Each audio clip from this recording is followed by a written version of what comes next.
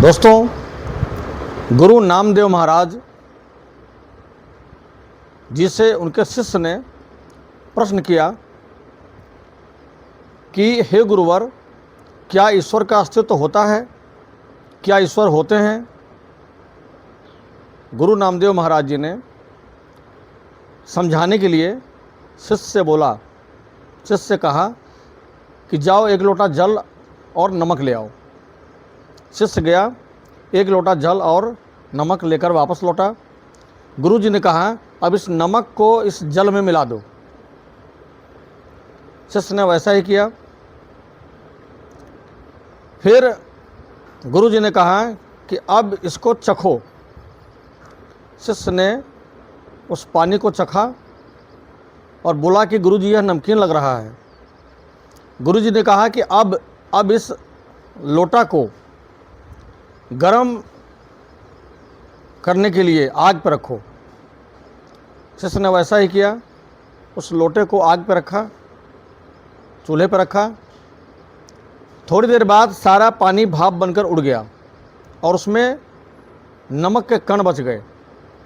गुरु जी ने शिष्य को समझाया कि नमक पानी के अंदर था, उसमें स्वाद था, लेकिन नमक दिखाई नहीं दे रहा था।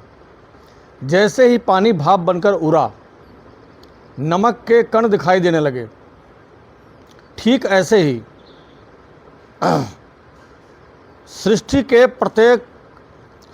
प्रत्येक कण कण में ईश्वर विराजमान है, लेकिन हमें दिखाई नहीं देते। जब तक हमारे आपके शरीर के अंदर विकार भरे होते हैं, विकार मौजूद रहते हैं, हमें ईश्वर नहीं दिखाई देते।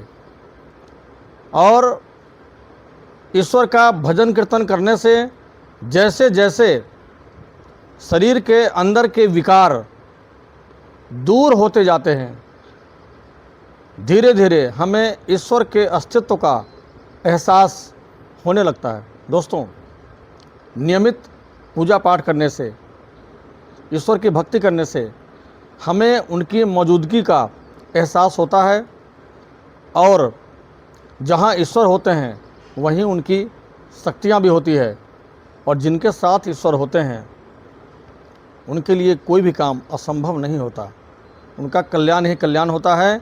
इसलिए दोस्तों, ईश्वर का भजन कीर्तन करते रहिए, समय निकाल कर 2-4 मिनट, ताकि हमारे आपके अंदर जो विकार हैं, जो बुराइयां हैं, वो दूर होता जाए और हमारा आपका कल्याण हो। नमस्कार दोस्तों।